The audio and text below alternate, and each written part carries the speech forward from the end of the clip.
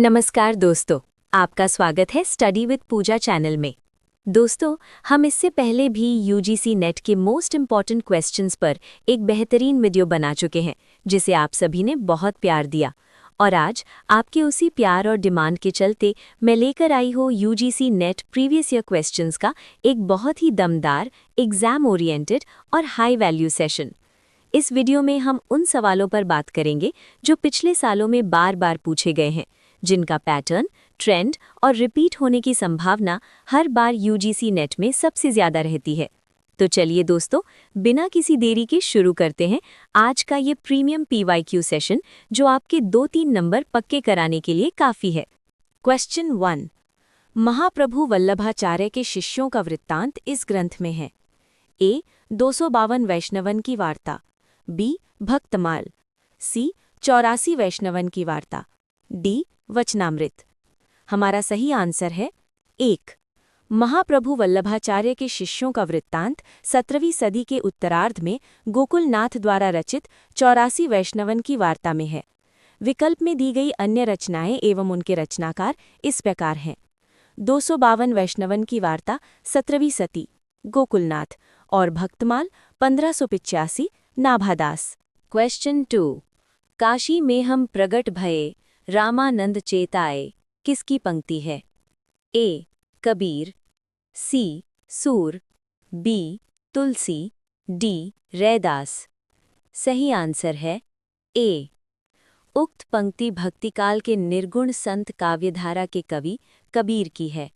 कबीर की वाणी का संग्रह उनके शिष्य धर्मदास ने ब्रीजक 1464 ईस्वी नाम से किया था, जिसके 3 भाग हैं, साखी, सबद और रमैनी। विकल्प में दिए गए अन्य कवियों द्वारा रचित उनके जीवन से संबंधित पंक्तियां निम्नलिखित हैं। तुलसी। मातु पिता जग जाई तज्यो, बिधि हूँ न लिखी कछुभाल भलाई। सूर।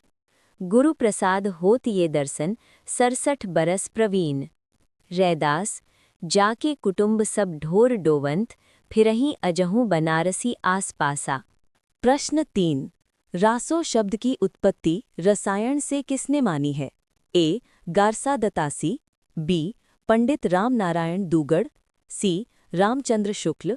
डी. पंडित हरप्रसाद शास्त्री। सही आंसर है सी. हिंदी साहित्य के प्रसिद्ध आलोचक आचार्य रामचंद्र शुक्ल ने रासो शब्द की उत्पत्ति रसायन से मानी है। रासो शब्द की उत्पत्ति के संदर्भ में विभिन्न आलोचकों में मतभेद है।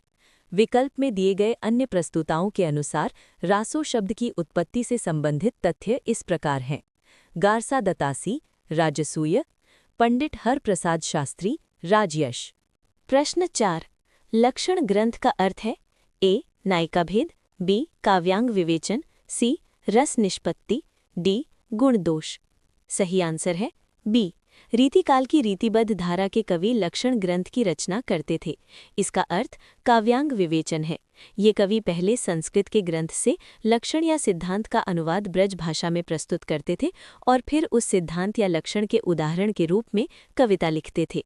रस, छंद, अलंकार, रीति, काव्य दोष और काव्य गुण आदि का विवेचन काव्यांग विवेचन कहलाता है। क्वेश्चन 5। निम्नलिखित कवियों में रीति सिद्ध कौन है? ए. बिहारी। बी. घनानंद। सी. मतीराम। डी. तोष। सही आंसर है ए. बिहारी रीतिकाल के रीति सिद्ध काव्यधारा के सबसे महत्वपूर्ण कवि हैं। बिहारी के गुरु नरहरि दास थे तथा ये निम्बार्क संप्रदाय में दीक्षित हुए थे।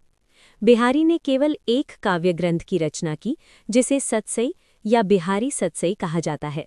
विकल्प में दिए गए अन्य रीतिकालीन कवि निम्नांकित काव्यधारा से संबंधित हैं। घनानंद रीति मुक्त काव्यधारा के कवि। मतीराम रीतिबद्ध काव्यधारा के कवि। तोष रीतिबद्ध काव्यधारा के कवि। चलिए आगे बढ़ते हैं। क्वेश्चन 6। अनुमितिवाद के प्रतिष्ठाता कौन हैं? ए. भरत मुनि। बी. आनंदवर्धन। सी. शंकुक। डी. अभिनवगुप्त। सही आंसर है सी. भरत मुनि के रस सूत्र के प्रख्यात व्याख्याकारों में से एक श्री शंकुक अनुमितिवाद के प्रतिष्ठाता हैं। अभिनवगुप्त ने अभिव्यक्तिवाद का सिद्धांत दिया। विकल्प में दिए गए अन्य आचार्यों से संबंधित जानकारी निम्नलिखित है। 1. भरत मुनि, दूसरी शती ईसा पूर्व से दूसरी शती, नाट्यशास्त्र। 2. आनंदवर्धन, 9वीं शती का मध्य भाग, ध्वन्यालोक। 3. अभिनव गुप्त, 10वीं 11वीं शती, तंत्रालोक। प्रश्न 7.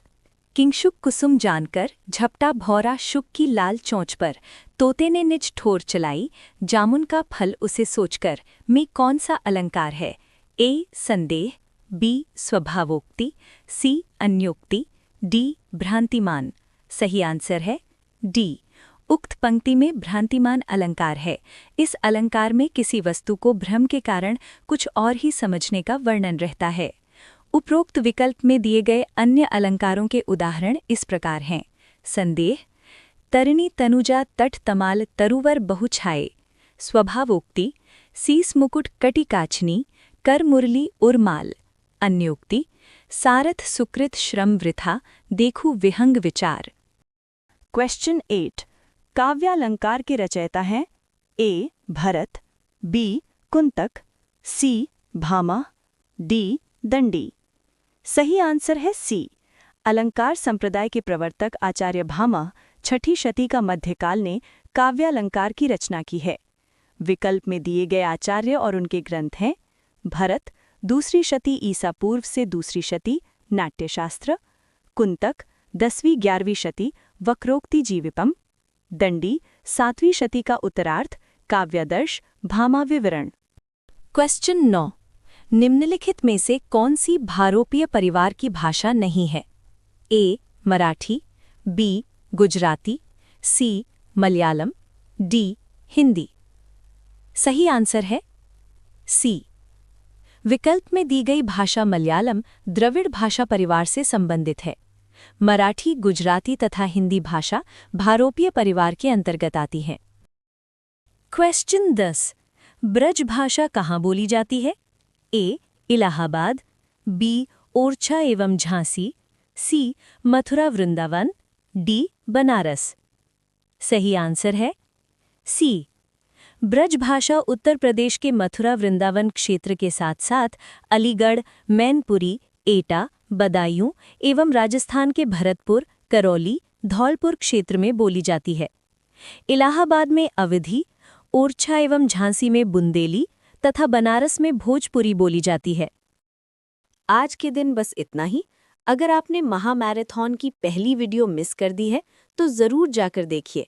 आगे और भी मोस्ट इम्पॉर्टेंट क्वेश्चंस आने वाले हैं, तो जुड़े रहने के लिए चैनल को सब्सक्राइब कर लीजिए। मिलते हैं अगली वीडियो में।